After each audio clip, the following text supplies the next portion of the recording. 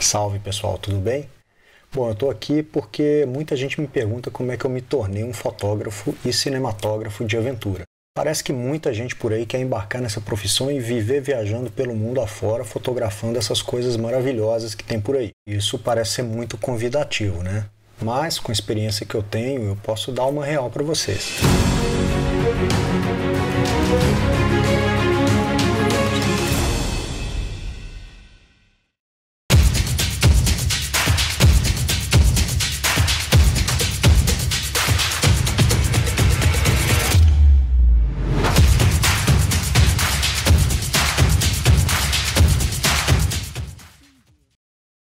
É uma das atividades mais desgastantes. Cara, passei um perrengue aqui.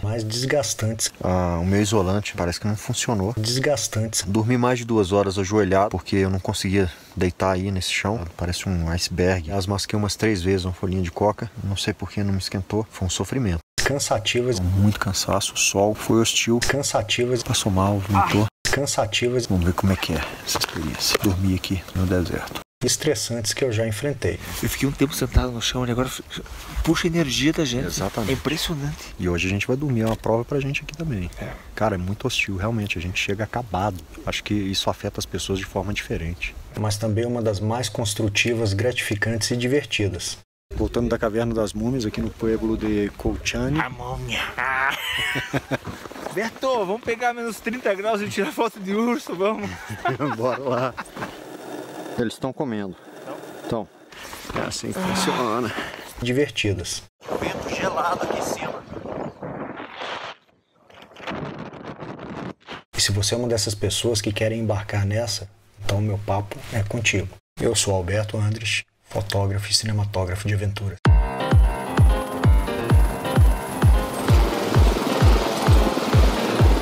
What is the flight time roughly on the cat stop to back to Reykjavik? It's 15 minutes more or less. Okay, I'm 40 minutes going. Okay. Thank you. No problem.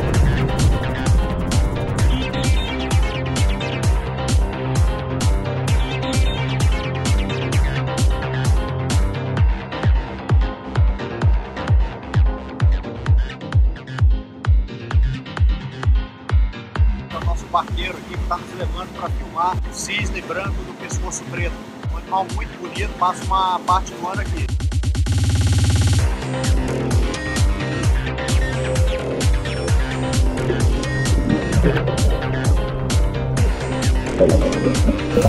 Eu tô aqui fotografando um time-lapse da Catedral do Jalapão, com esse sol nascente maravilhoso, são 6 da manhã. E a gente está terminando um trabalho aqui de 10 dias.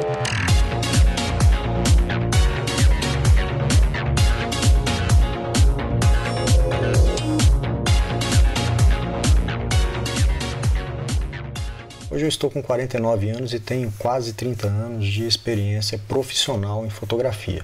Na área fotográfica, eu sou fotógrafo e tratador de imagens e trabalho para várias empresas, agências de publicidade, autarquias e governos. Eu trabalho com vários tipos de fotografia. Fotografia de moda, fotografia de produto, fotografia de gastronomia, fotografia aérea. Hoje a gente está no Aeroclube de Manaus.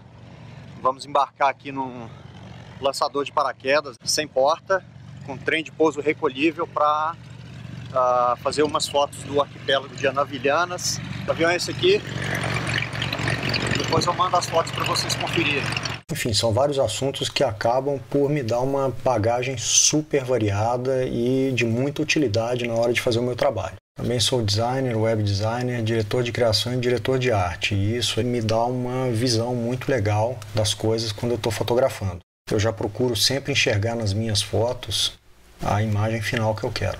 No audiovisual, além da cinematografia, eu também faço direção de fotografia, direção de set, produção e roteiro. E na pós-produção audiovisual, eu também faço a montagem, a finalização, a colorização e a produção musical. Pois é, isso é o resultado de quem sempre teve que se virar sozinho, porque desde que eu comecei, e durante longos anos após o meu começo, eu nunca tive alguém para me dar um apoio, para me ensinar, para me dar o caminho das pedras. E aí vem o lado outdoor da minha história. Desde criança eu era muito incentivado pelo meu pai, que vivia me contando as histórias das aventuras dele. Ainda bem moleque ali na minha infância, eu me lembro bem das barracas improvisadas, das jangadas, dos barcos que eu construí para as minhas aventuras. E nessa brincadeira acabei passando algumas noites no mato porque não soube calcular a hora de voltar. Dá para imaginar o desespero da minha mãe? Porque naquela época, com os meus 8 anos de idade, eu não tinha GPS, não tinha celular, não tinha absolutamente nada. Eu só tinha 2 pernas para caminhar. E sempre que eu podia, eu estava lá no mato com a minha câmera de fotografia ou de filmagem. Daí eu fui crescendo e sempre fazendo minhas aventuras, ora filmando, ora fotografando. Cada oportunidade que eu tinha eu aproveitava bastante. Eu fui aprendendo muito com isso. Fui conhecendo novas pessoas, conhecendo empresas, produtos, lugares. E da mistura disso tudo acabou nascendo a World Adventure Society, a WOS. WOS, One World, One Life, One Great Adventure. A WOS é uma organização internacional sem fins lucrativos que trabalha com a relação homem-natureza. E a essa relação homem-natureza a gente dá o nome de aventura. Parte do meu trabalho na WOS, como não poderia deixar de ser, é a produção de audiovisual e de fotografia. Isso para que a gente tenha imagens fantásticas que possam incentivar as pessoas às atividades outdoor. E então, mais uma vez, eu estou seguindo o meu caminho natural, que é me aventurar, fotografar e filmar. E a WOS também congrega alguns aventureiros, fotógrafos e cinematógrafos que realmente estão por aí pelo mundo afora, fotografando conteúdos de altíssima qualidade, e você ainda vai ter oportunidade de ver isso aí em breve. E dizem que a sorte encontra a gente pelo caminho quando a gente está no caminho certo, então acho que eu tenho muita sorte de poder fazer parte desse time de feras. Hoje a gente vai falar de alguns assuntos que eu acho muito importantes para você saber se você quer realmente entrar para esse meio ou se você já está com o pezinho lá dentro e quer se aperfeiçoar e quer otimizar o seu trabalho. Vamos falar de como entrar para esse mercado super restrito, como se preparar para expedições de produção, como escolher o equipamento correto para cada situação, como fazer o seu planejamento para nunca ficar na mão, a metodologia de produção e a finalização e entrega do seu trabalho. Entrar para esse mercado não é muito fácil, porque é um mercado pequeno, é um mercado que já tem alguns nomes importantes atuando nele, e são nomes que representam uma capacidade de entrega sem problema para o cliente. Eu acho que a primeira coisa que você tem que fazer é se aproximar desse mercado. E como é que você faz isso? Você faz isso se aproximando das pessoas que estão nesse mercado. Então você deve se colocar à disposição dessas pessoas que sempre precisam de ajuda, sempre precisam de pessoas realmente com uma capacidade de estar ali sendo pau para toda a obra. Eu estou precisando de um café, viu? Quantos quilômetros por café? 1.500? Não, 1.500. 1.500 quilômetros por café. Costela de rena. Ribs da Lapônia. Olha aqui, ó. Olha o reflexo.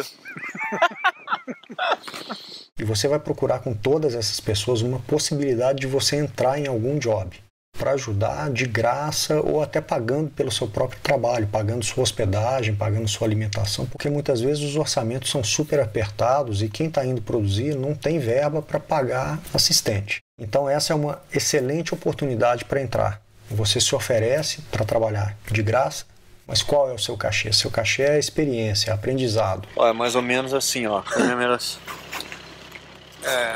equipamentos, Carregador de... mochilas, Câmera preta? mais câmeras, mais equipamentos, mais mochilas, mais malas. As viagens são bem cansativas, bastante desgastantes. A gente dorme pouco, acorda cedo, dorme tarde, às vezes fica um tempão sem comer.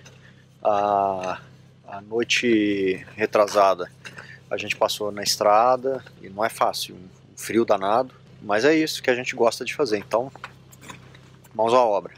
E aí vem assim, ó, aqui ó, câmera ligada, computador ligado e passando os arquivos aqui. Se precisar de energia a gente liga no inversor ali no carro. Basicamente é isso, né? Não dá tempo nem de respirar. Com isso você vai se preparando para mais adiante pegar um trabalho só seu. Aí com isso você pode começar a montar um portfólio. Isso é muito importante para quando você quiser vender o seu trabalho para alguém, você tem que ter alguma coisa para mostrar. Olha que bacana o que eu estou fazendo aqui agora. Ó. Um time-lapse de um pôr do sol aqui no Salar do Uyuni, na Bolívia. Um lugar maravilhoso, um lugar incrível. Um lugar muito hostil também, mas um lugar incrível para fotografia. Na minha frente aqui tem o vulcão Tunupa. Eu espero ter a oportunidade de mostrar para vocês também. Mas nesse momento eu estou fazendo um time-lapse do pôr do sol, que vai ficar lindíssimo, porque aqui as nuvens são raras. E hoje a gente tem nuvens. Você vai conseguir pegar um trabalho de acordo com o portfólio que você tem. Um portfólio você monta aos poucos, participando de várias oportunidades.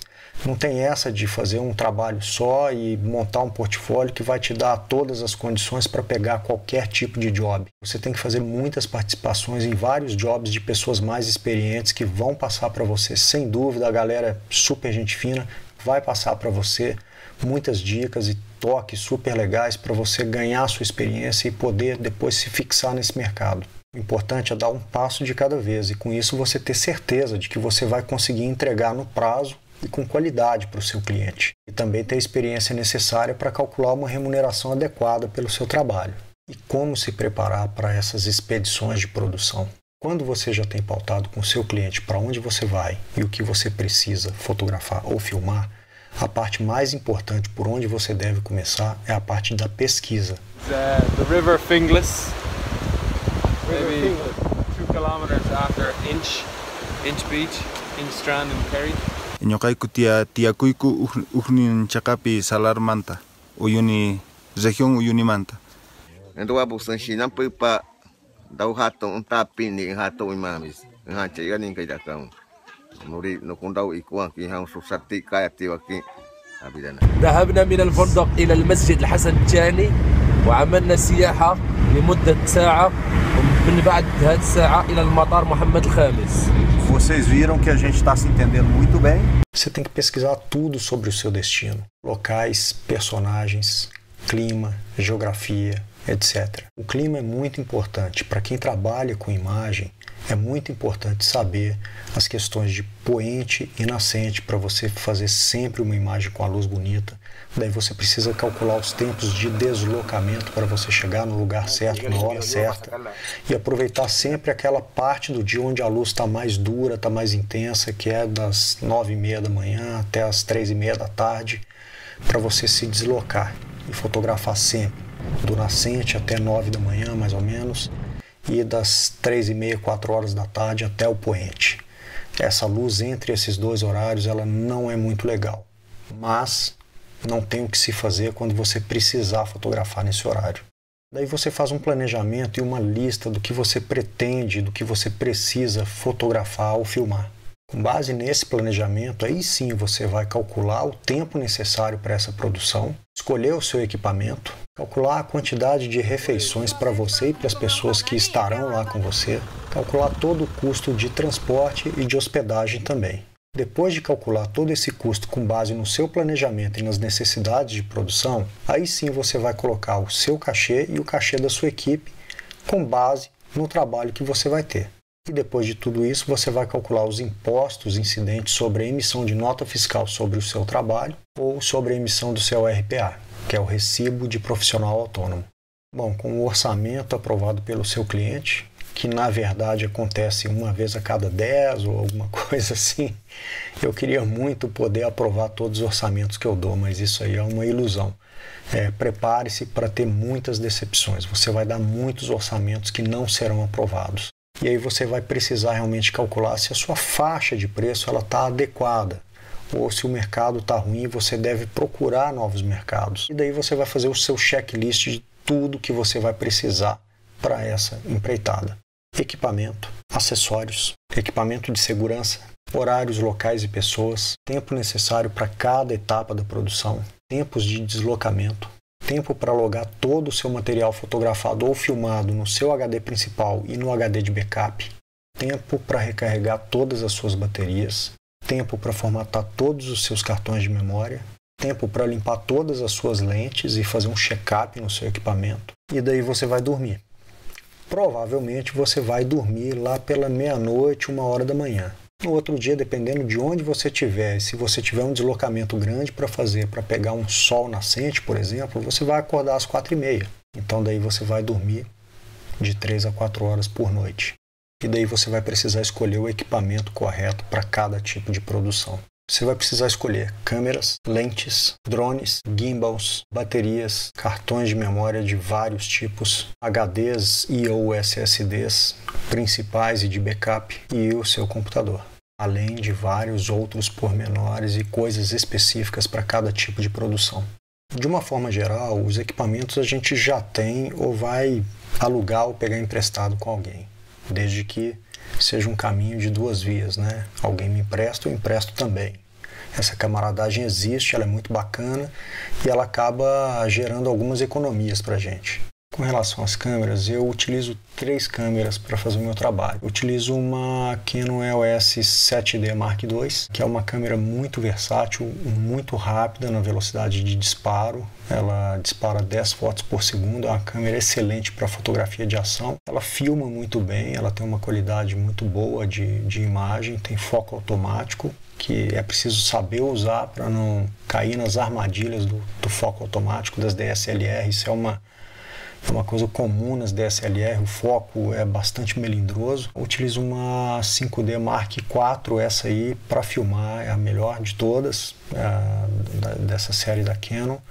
Ela filma muito bem e fotografa muito bem em luzes baixíssimas, tá? Então é uma câmera maravilhosa para utilizar na fotografia noturna, para fotografar, por exemplo, a Via Láctea ou a Aurora Boreal, coisas desse tipo. Tem 30 megapixels, uma resolução muito boa de imagem, a qualidade da imagem é muito boa também, com pouquíssimo ruído. E tenho a 5DS, que é essa aqui que eu vou mostrar para vocês, que é a câmera de 50 megapixels da Canon, que é a minha câmera preferida para fazer paisagens. Por causa do tamanho dessa imagem, ela nos propicia a possibilidade de fazer cortes e ainda assim continuar com uma imagem de resolução bastante alta. Apesar de necessidades específicas de tipos de lentes para determinados tipos de situações de fotografia ou de filmagem, eu acho que tem um conjunto de 3 lentes que não deve sair do case ou da mochila de qualquer fotógrafo ou cinematógrafo, que são lentes mais versáteis e que operam numa faixa de trabalho que vai te atender em quase todas as suas necessidades. A primeira delas é uma grande angular, que eu uso aqui, é uma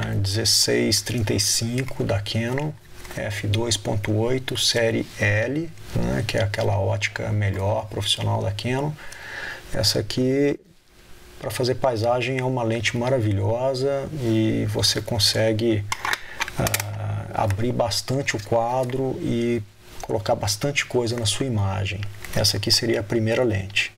A segunda lente é uma 24-70 ou 24-105. No meu caso, eu preferi uma 24-105 porque ela é um pouco mais versátil do que a 24-70. A 24-70, a abertura dela é 2.8 e essa 24-105, a abertura máxima é f4. Mas eu preferi ter aí esse range de 70 a 105 a mais para minha versatilidade de zoom do que optar pelo 2.8 e perder essa parte tão importante do meu campo de zoom. É uma lente também da série L, tem esse anel vermelho aqui, que são as lentes Pro da Canon, né? E a lente que eu mais uso, é a lente que fica acoplada nas minhas câmeras 90% do tempo, essa lente aqui. Com ela a gente faz quase tudo, ou a 24-70 ou a 24-105. Aí vocês podem escolher o que vocês vão priorizar, se é uma abertura f2.8 ou se é ter de 70 a 105, aí você vai ter mais 35 milímetros de zoom. E a terceira lente é essa aqui, é uma 70-200, também da série L, também um modelo profissional, com esse anelzinho vermelho, a abertura f2.8. Ela é uma lente bem pesada, é uma lente mais difícil de usar, difícil de carregar. Tem, por exemplo, uma teleobjetiva, que é uma 70-200, que é para fazer tomadas à distância, né? Então, ou de coisas pequenas a média distância. Não para você fazer 2, 3 fotos, né? Mas para você ficar o dia inteiro filmando com ela. Ela é uma lente que dá bastante trabalho. É um peso que não é muito legal você ficar carregando o tempo inteiro. Bom, esse conjunto de 3 lentes, para mim, ele é muito importante. Eu também costumo levar essa lente aqui, que é uma 100mm 2.8 macro. Ela me permite filmar pequenos animais, insetos, texturas, líquens, enfim.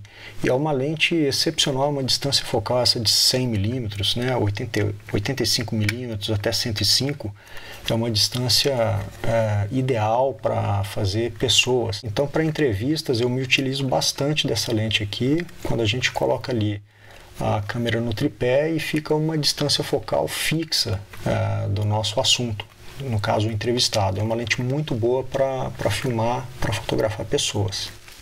Uma 50mm 1.8 é uma lente simples, porém de uma qualidade ótica excepcional. Enfim, você pode usar vários outros tipos de lentes, né? Umas lentes mais grande angulares, outras lentes mais específicas para qualquer tipo de situação que você necessite. Por exemplo, se você for fazer um foto safari na África, você provavelmente vai querer uma 400mm ou 500, 600mm para se aproximar bastante dos animais, né? Então, tudo é possível, você vai ter que escolher o equipamento correto para cada tipo de situação. Bom, e aí tem a questão das câmeras com gimbal e dos drones. Eu utilizo uma DJI Osmo, ou DJI, como queiram, que é essa câmera aqui. Ela tem esse gimbal, né, que estabiliza a imagem, ela filma em 4K, uma câmera muito boa. Aqui você coloca o seu celular ou um tablet que se conecta com a câmera para te mostrar a imagem e permite que você controle toda a filmagem através desse display aqui do celular. Eu utilizo o meu próprio celular para fazer isso aqui. Ela faz panoramas automaticamente. É realmente um equipamento fantástico, tanto para fotografia quanto para filmagem. É muito bom. Não vivo mais sem esse equipamento aqui. E aí tem o Ronin, né? O DJI Ronin, DJI Ronin, como queiram, mais uma vez. O Ronin é muito grande, não dá para pegar ali agora, ele ocupa uma case inteira só para ele. É um equipamento mais profissional que você pode acoplar a ele câmeras profissionais para fazer a estabilização, né? Você pode usar com um operador ou com 2 operadores. No caso de 2 operadores, um vai ali carregando o equipamento e o outro vai no controle, controlando a câmera, que já fica ali estabilizada. Então é um equipamento bem profissional, um equipamento mais caro, que permite você fazer coisas maravilhosas. E com relação aos drones, né, a gente usa todo tipo de drone dependendo da situação também. Esse dronezinho aqui, olha que legal, esse aqui é um DJI Spark, é um drone que cabe na palma da mão, literalmente, na palma da minha mão. Um drone bastante portátil, que filma em Full HD, para uso geral é maravilhoso, né? Faz fotos muito boas também, ele é bastante rápido, ele é bastante seguro e muito fácil de carregar, você leva ele onde você quiser. Drones de tamanho bem maior, como o S1000, que carrega Canon EOS, as Cinema ou até as Red. Fora isso, tem todas as outras coisas, né? As baterias, os filtros, os tripés, os monopés, os sliders, tem uma infinidade de coisas que mais para frente, numa outra oportunidade, a gente pode fazer uma menção e demonstrar como a gente utiliza essas coisas todas, porque a gente sempre evita levar tudo isso e leva só o essencial, porque numa viagem de aventura ou numa expedição, o peso e o volume são sempre coisas críticas para a gente calcular na nossa logística. Daí, para terminar a nossa lista de equipamento, que nem acaba por aqui, mas eu vou acabando por aqui, porque senão a gente vai perder muito tempo, a gente tem aí computadores, HDs, cartões, etc. Os cartões, você vai precisar de cartões SD, Compact Flash ou outros tipos de cartões, dependendo do equipamento que você estiver usando. Então cartões específicos para equipamentos diversos, né? Meu computador hoje já é um computador que eu uso desde 2013, eu comprei ele novo, top de linha, e é por isso que eu gosto de comprar as coisas assim, porque elas duram muito tempo. Eu utilizo esse MacBook Pro de 15 polegadas, que está me acompanhando, já vai fazer quase 6 anos. Já está na hora de trocar, mas ele ainda está funcionando maravilhosamente bem, e para essas coisas é ruim levar um equipamento novo. Então eu me utilizo desse computador aqui com HDs externos. Eu costumo levar 2 HDs ou 3 de 2 terabytes ou de 4 terabytes, porque eu copio todo o material, todas as minhas fotos, todas as filmagens e os áudios, eu copio para um HD fazendo backup no outro, e só quando está nos 2 HDs que eu deleto o material dos meus cartões para utilizar no dia seguinte. Senão, se der algum problema, você perde tudo. Bom, e a equipe? Você vai trabalhar sozinho ou você vai levar uma galera com você? Você precisa dimensionar isso também para dar o seu orçamento e para a sua logística funcionar. É muito importante você saber calcular isso e você saber quando você vai realmente precisar de determinados tipos de profissionais, para você não pesar muito a mão no seu orçamento e também para você não ficar na mão na hora da produção. Os profissionais que eu costumo utilizar quando eu vou acompanhado, né, um operador de áudio, um segundo câmera, um produtor local ou um produtor que vai comigo, um assistente que vai comigo. Na maioria das vezes eu não tenho todas essas pessoas comigo. Na maioria das vezes eu estou sozinho ou com mais uma pessoa. E aí essa pessoa eu escolho qual vai ser a função mais importante para estar junto comigo. Dependendo do trabalho, pode ser muito difícil, por exemplo, a captação de áudio. Então eu levo um operador de áudio. Dependendo do trabalho, eu tenho muito equipamento para carregar e lugares de difícil acesso. Então eu levo um assistente. Às vezes eu consigo um assistente que também filma. Consigo um câmera que não se importa em fazer assistência e carregar o equipamento também. Então tudo isso, gente, é variável e você vai ter que escolher de acordo com as suas necessidades. Bom, com seu job aprovado, sua equipe contratada e sua viagem marcada, agora você vai precisar fazer um controle rigoroso de toda a sua logística. Você vai precisar dimensionar todas as suas necessidades e os recursos que você vai aplicar para resolver essas questões. E para isso você vai precisar de um planejamento. Em primeiro lugar, é preciso você fazer um controle rigoroso do seu tempo. O seu tempo vale ouro e o seu tempo não volta. Se você perdeu uma oportunidade, você está em deslocamento, o que você perdeu na última parada, você não consegue fazer depois. Então você não pode perder nenhuma oportunidade, você não pode cometer o erro de voltar de uma expedição com material faltando.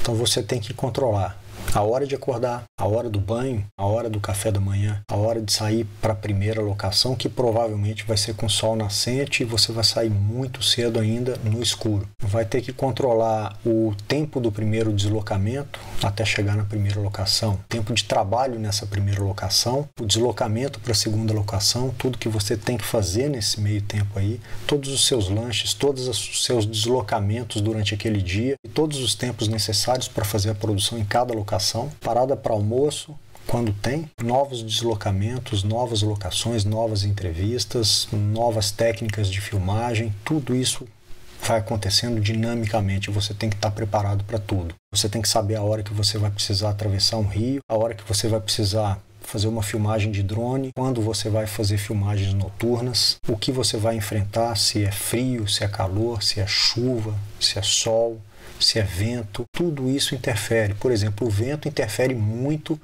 na questão da gravação de áudio. E daí, terminado o seu dia de trabalho, que normalmente é depois do pôr do sol, isso quando você não tem foto noturna ou vídeo noturno para fazer, você vai para a pousadinha ou vai para o seu acampamento. Se você tiver energia elétrica, ótimo, você está com muita sorte. Aí você vai fazer o quê? Você vai logar todo o seu material dos cartões para os HDs principais e de backup. Aí você tendo a cópia no HD principal e de backup, você vai formatar os seus cartões, você vai colocar suas baterias para carregar, você vai limpar o seu equipamento. Por quê? Porque durante o dia você pode ter pego poeira com esse equipamento, muita umidade, sal, maresia, tem uma série de coisas que podem danificar seu equipamento. Aí você vai limpar isso tudo, vai conferir todos os seus arquivos, se está tudo ok, vai colocar suas baterias para carregar e vai dormir lá para meia-noite, 1h da manhã. Obviamente, durante esse dia todo aí, você trabalhou o tempo inteiro pensando no seu roteiro, pensando no tipo de imagem que você queria fazer, nos seus enquadramentos, né, nos seus ângulos,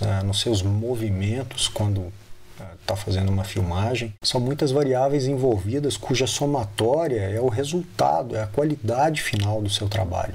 E esse planejamento é muito importante também, porque muitas vezes você precisa fazer um time-lapse, ou seja, você tem uma câmera a menos fazendo um time-lapse, enquanto você precisa de outra para fazer suas fotos ou vídeos de outros assuntos ou de outros locais. Se você precisar fazer imagens aéreas, você pilota drone, então você tinha que ter colocado esse cara lá atrás naquele seu planejamento, quando você estava montando a sua equipe. Você vai precisar fazer imagem sub, você mergulha, você faz imagem sub, você tem essa experiência, então tem que colocar aquele cara lá atrás na equipe. E dessa mesma forma você precisa estar preparado para fazer ou para mandar fazer imagens de ação, imagens noturnas, imagens aéreas, imagens subaquáticas, time-lapses, imagens de longa exposição, todo tipo de variação que pode aparecer durante o seu trabalho. E depois de ter produzido isso tudo aí, num lugar que eu espero que seja incrível, né? Coordenando a sua equipe, cuidando do seu equipamento, fazendo os seus logs, os seus backups, fazendo a sua logística, controlando todas as situações, você vai empacotar isso tudo na sua bagagem e vai levar de volta para casa. E aí começa mais um trabalho, que é a pós-produção, onde você vai tratar suas fotografias ou vai fazer edição, finalização, colorização do seu filme. Mas isso é uma outra história e eu espero te encontrar em breve para a gente falar um pouquinho mais sobre fotografia e cinematografia de aventura. Até a próxima!